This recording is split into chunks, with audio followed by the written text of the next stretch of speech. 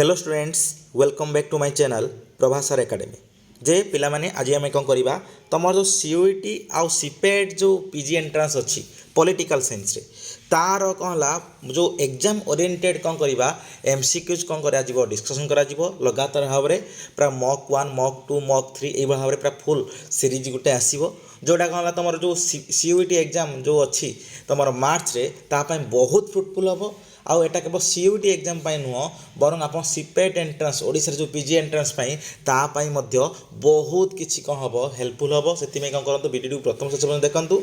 आ हाँ जे आपण मैंने कौन करेंगे ना पज करके वीडियो को स्टॉप करके आपण मैंने कौन करेंगे एनसर सब करूँ तापर कौन करेंगे एनसर देखिए है तो यही सब जिन आपने ये करूँ स्टार्टिंग एंडिंग पर्यटन देखूँ भल लगे तो लाइक करेंगे शेयर करेंगे और सब्सक्राइब करेंगे तो चलो कौन करेंगे वीडियो स्टार्ट करवा आम तो फास्ट आम देखा तुम सबू किसी टॉपिक रू जोड़ा तुम पढ़ुची तुम पीजी एंट्रांस रे से सबू टॉपिक रू कौन है तुम मानकर करा तुम वेस्टर्न पॉलिटिकल थॉट हो इंडियन पॉलिटिकल थॉट हो फॉरेन पॉलिसी हो पब्लिक एडमिनिस्ट्रेशन हो public policy human rights political ideology सबू किसी जिनस आ भितर आउ गोटे हाँ आउ नेक्स्ट पार्ट भी अच्छी तुम यही पार्ट रे आम करवा तो 50टा क्वेश्चन नेक्स्ट पार्ट रे आउ 50टा क्वेश्चन नेक्स्ट पार्ट रे आउ 50टा क्वेश्चन ये टाइप आम कौन करवा फुल कंटिन्यू करवा तो चलो आम कौन करवा डिस्कसन करवा तो तुम आगे फास्ट क्वेश्चन हूँ देखिपार तुम समस्ते फास्ट क्वेश्चन कौन ना फास्ट क्वेश्चन हूँ who is considered the founder of utilitarianism in political philosophy जे पॉलिटिकल फिलोसफी रो किए है फाउंडर ऑफ यूटिलिटेरियनिज्म तो जानच तुम यहाँ किए हम आंसर ना जेरेमी बेंथम तो option B is correct then तो next question is which philosopher argued that law must be obeyed even if it is unjust to maintain social order तो यही डेफिनेशनटा किए कही कौ फिलोसोफर कही तो तोर नेक्स्ट आंसर कौन यहाँ किए हम नेक्स्ट आंसरटा हूँ थॉमस हॉब्स जे थॉमस हॉब्स कही कौन ना लटा को ओबे करा जीवो लटा अनजस्ट हो बा ठीक हो जहाँ भी हो जेहेतु ल ताको मानिया पड़ो कहीं ना to maintain the social order समाज रो श्रृंखला को मेंटेन करने एटा निहाती आवश्यक तापर next the idea of general will as a source of legitimacy is central to आमर जनरल विल जो आसो मन रखा आसो कहार ना जीन जैक्वेस रूसो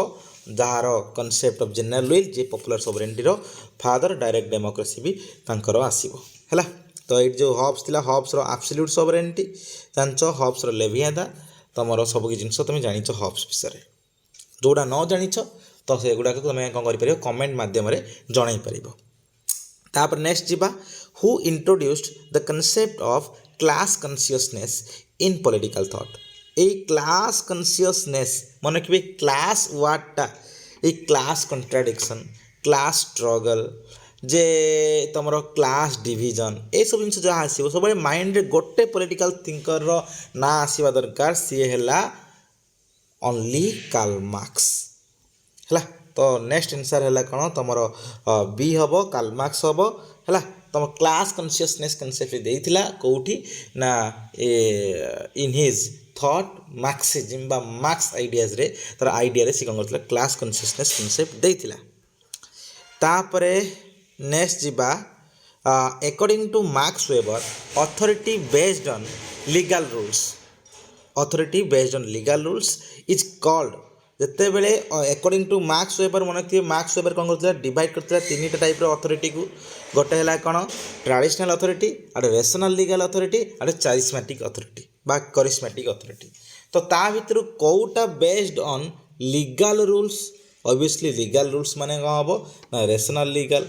तो ऑप्शन सी इज करेक्ट है 5C हम तापर नेक्स्ट जीवा जे नेक्स्ट हूँ Niccolo Machiavelli's main contribution to political theory वाच निकोलो मैकियावेली कौन मेन कंट्रीब्यूशन थिला तांकर देख जे एटा थिबो तार मेन कंट्रीब्यूशन रियल पॉलिटिक ताको जाए ना the father of modern political theory रो फादर किए है निकोलो मैकियावेली ता पाखरु ही स्टार्ट होता जे कौन ना मॉडर्निटी रो स्टार्ट से ही कौन करथिला ना पॉलिटिकल साइंस को टिके नुआ रूप बा नुआ रंग देइथिला पॉलिटिकल साइंस भीतर रियलिटी को पुरैथिला पॉलिटिकल साइंस को आटे रियल पॉलिटिकल साइंस कर देइथिला ता थॉटटा का से कौन करथुला ना रियल वर्ल्ड को स्टडी करथुला हैला तो तार कांसेप्ट भी ऑफ रिपब्लिकनिज्म भी अछि तो एटा हला कौन निकोलो माकियाभेली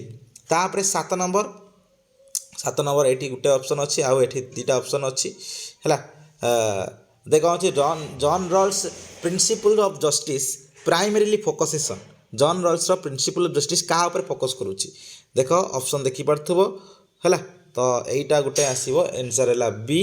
आंसर टा कोन ना इक्वालिटी एंड फेयरनेस तार कांसेप्ट थिला ना जस्टिस इज फेयरनेस सब जिनस कि फेयरनेस हो तार लिबर्टी प्रिंसिपल को बेसी गुरुत्व दोतला इक्वालिटी प्रिंसिपल को बेसी गुरुत्व दोतला सेठी इगालिटेरियन थिंकर ए सब जिनस बेसिस रे सेवा हो इक्वालिटी एंड फेयरनेस एटा ठीक हबो तापरे हला कोन which Indian thinker emphasized the concept of dharma in statecraft J statecraft रे बा स्टेट रो जो परिचालन क्षेत्र रे किए धर्म कांसेप्ट को किए कौन करथिला एम्फासाइज करथिला तमे समस्त जानिछो किए करथिला ना तमरो कौटिल्य गोटे कहउतला जे कोन धर्मानुशासन धर्म अनुसार कौन करा जीवो शासन करा जीवो तो कौटिल्य रो थॉट पास जीवो कोन ना धर्म तापर नेक्स्ट को जीवा हु रोट द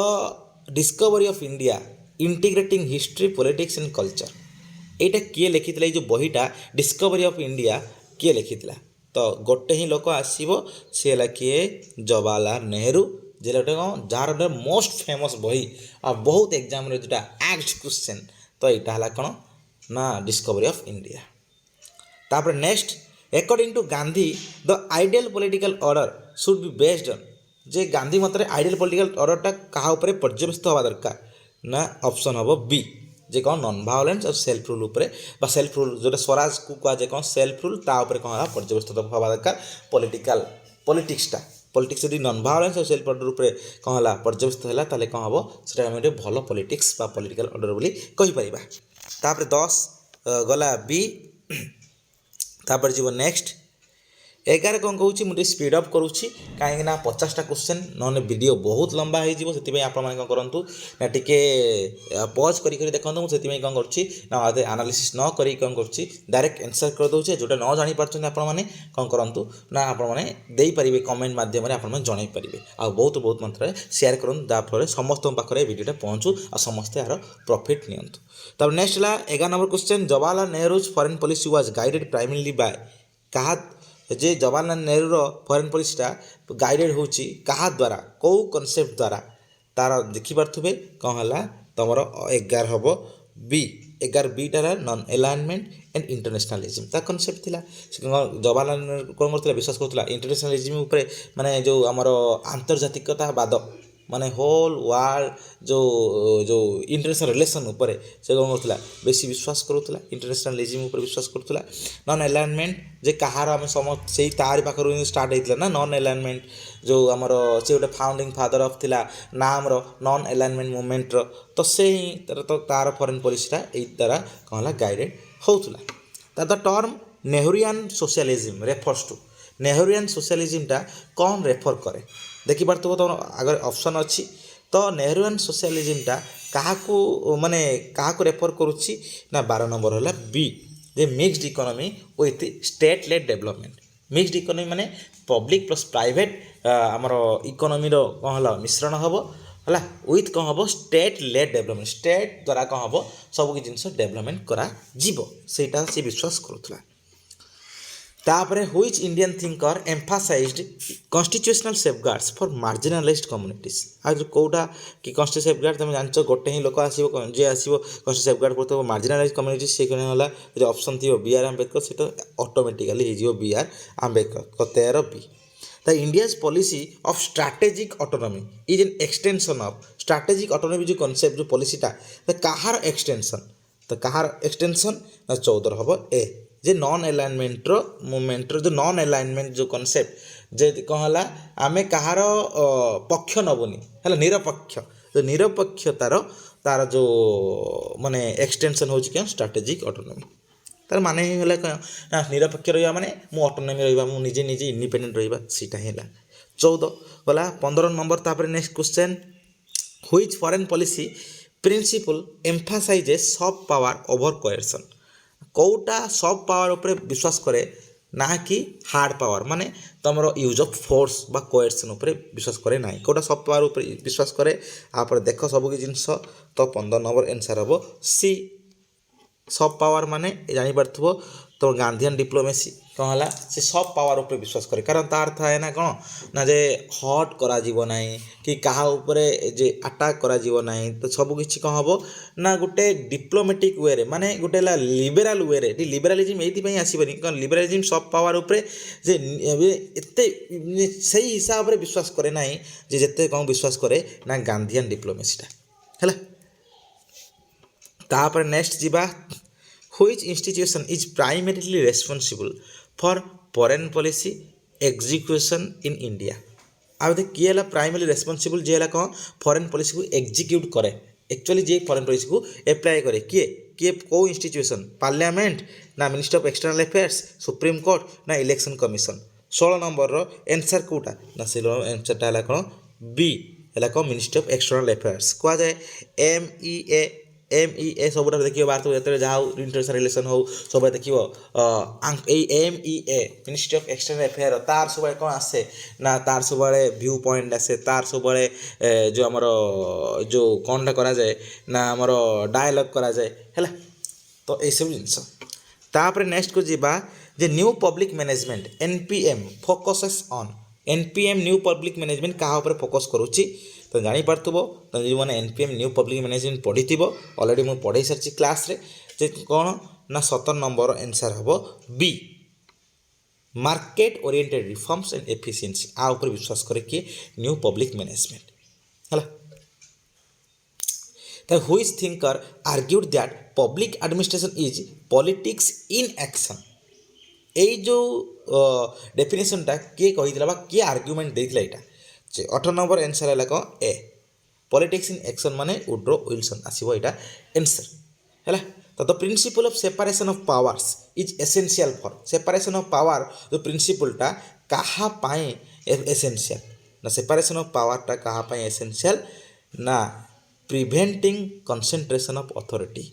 एटा पाए बहुत दरकार है। तो एटा पाए बहुत दरकार। तो 19 नंबर को आंसर हम बी जे आमे जनक हाथ में जो सबकि पावर देदेले कौन हम सेंट्रलाइजेशन ऑफ पावर हो। तो पावरटा जब आम कौन कर सेपरेट करदे डिस्ट्रीब्यूट करदे डिफरेंट डिफरेंट ये कौन है सेपरेशन ऑफ पावर होगा। तो यहीटा है जो सेपरेशन ऑफ पावर हो कौन हम समस्त डिस्ट्रीब्यूट हम धर जो जनक पाखे पावर थी कौन हम सी चाहिए मन इच्छा सब कम कर हिसाब से कम कर कारण तो आदि सब पावर अच्छी। तो यहीटा को हटेवाई माने जो आमर कौनटा कहल अथॉरिटेरियनिज्म कॉन्सेप्ट को हटेवाई तो कौन सेपरेशन ऑफ पावर दरकार। तापर नेक्स्ट 19 गला 20 which policy approach emphasizes evidence based decision making. तो 20 नंबर आंसर है कि एविडेंस बेस्ड डिसीजन मेकिंग माने सी कहते कौन ना इंक्रीमेंटलिज्म है। तापर तो universal declaration of human rights UDHR adopted in केबे अडॉप्टेड होइतिला ना 1948 21 बी। तापर है कौन article 21 of the Indian constitution guarantees कौन गारंटीज करछि ना आर्टिकल 21 कौनटा गारंटी करछि ना यहाँ right to life and personal liberty है यहाँ गारंटी करुच्ची आर्टिकल 21। तापर है कौन देख which international body primarily deals with human rights violations globally. जे ह्यूमन राइट्स भायोलेसन आ भर कौ बडीटा कौन है इंटरनेशनल लेवल ले काम करुच्ची ग्लोबल लेवल काम करुच्ची कौन UN ह्यूमन राइट्स काउंसिल 23 सी। तापरे तो concept of positive rights implies positive rights कहले कौन बुझाए पॉजिटिव राइट्स कहले कौन बुझाए देख तो 24 नंबर आंसर हम B entitlement to certain benefits और सर्विसेज। माने पॉजिटिव राइट्स माने मु ऑलरेडी कही गोटे नेगेटिव राइट्स और पॉजिटिव राइट्स। माने नेगेटिव राइट्सटा हूँ कौन जो राइट्स क्षेत्र में स्टेट इंटरफेरेंस गवर्नमेंट इंटरफेरेंस हो बहुत कम बा लेस रु लेस से क्षेत्र में स्टेट इंटरफेयर कर है। पॉजिटिव राइट्स माने कौन जो क्षेत्र में कौन हम ना स्टेट निजे आग को आसिकी कौन कर प्रोवाइड कर तुम वेलफेयर समाज सोशल वेलफेयर तो सहीटा है कौन पॉजिटिव राइट्स। तो यहाँ एंटाइटलमेंट सर्टन बेनिफिट्स और सर्विसेज यहाँ समाज प्रोवाइड कर किए ना स्टेट प्रोवाइड कर गवर्नमेंट प्रोवाइड कर ही हम। तापर which ideology emphasises the abolition of private property and classless society जांच गोटे ही जिनस आसीबो किए कौ ये करूची देख एटी कौटा आंसर हम सोशलिज्म एटा सोशलिज्म हम मार्क्सिज्म हम है आबोलिशन ऑफ क्लासलेस सोसाइटी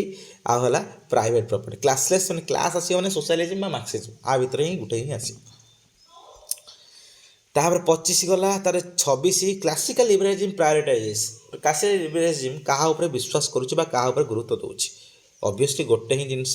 एटा ही हला एक नंबरटा इंडिविजुअल फ्रीडम लिमिटेड गवर्नमेंट को लिमिटेड कर दउची इंडिविजुअल फ्रीडम को बेसी प्रायोरिटी दउची जोटा आसी जीव को नेगेटिव लिबर्टी रो थॉट एटी आसी जीव क्लासिकल लिबरालिज्म ने नेगेटिव लिबर्टी पॉजिटिव हम जो मॉडर्न लिबरालिज्म ने पॉजिटिव लिबर्टी तापर हला कोन ना न्यू क्लासिकल बा लिबर्टेरियनिज्म माने कोन हला रिवाइव जो हमर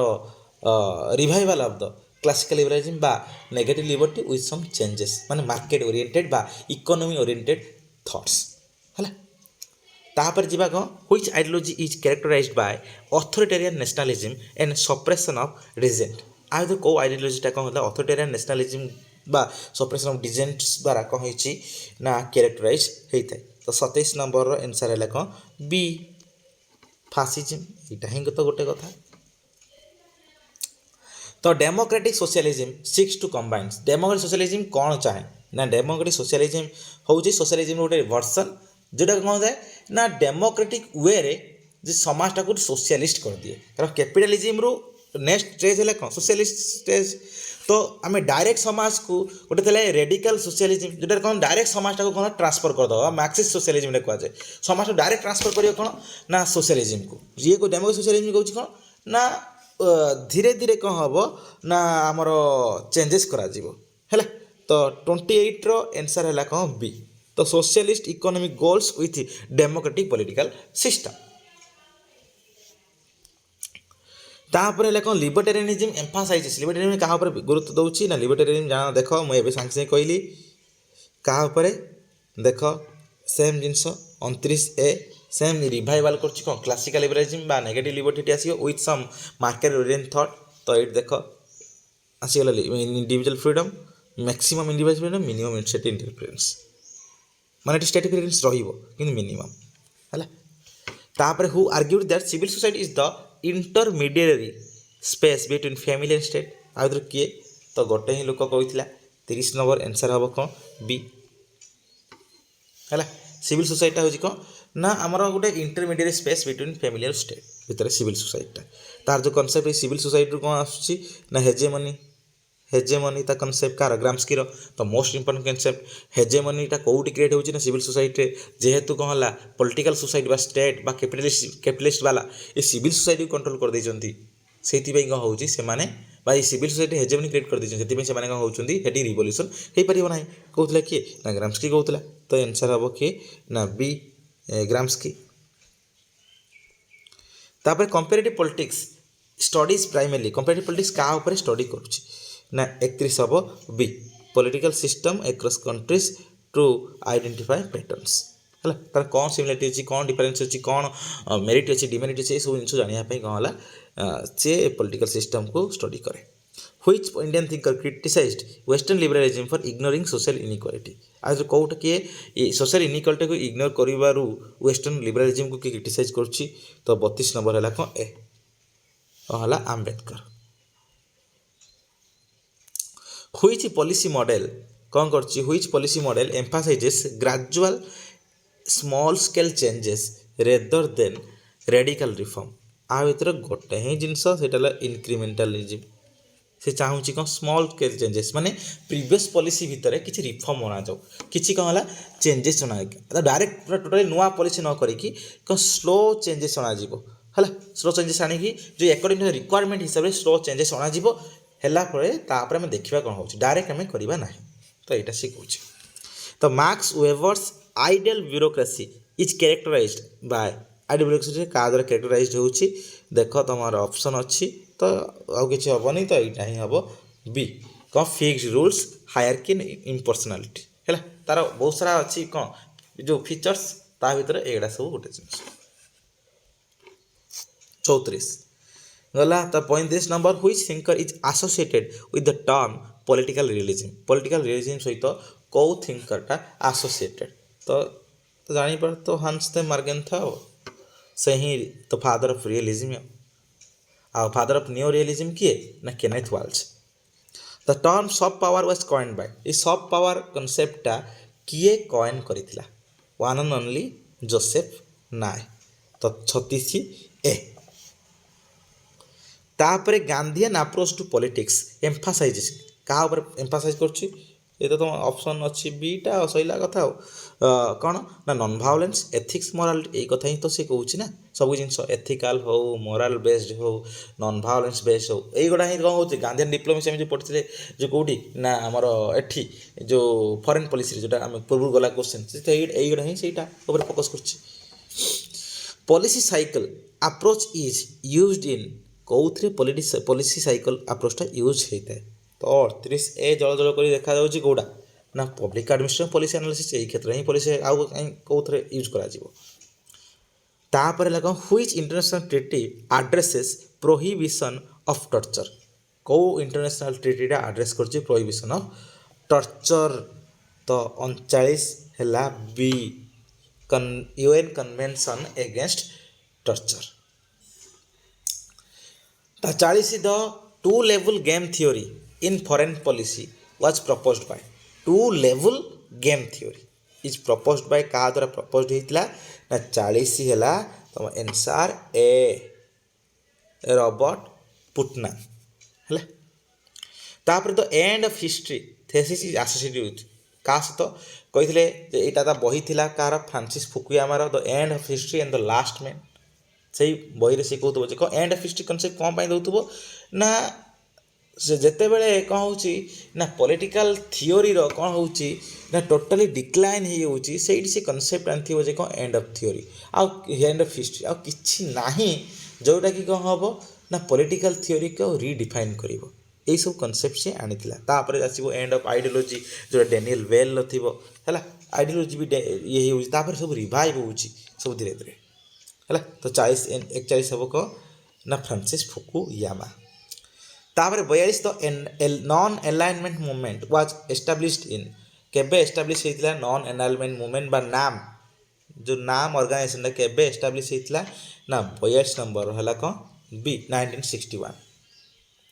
तापर which Indian thinker advocated the trusteeship as a social principal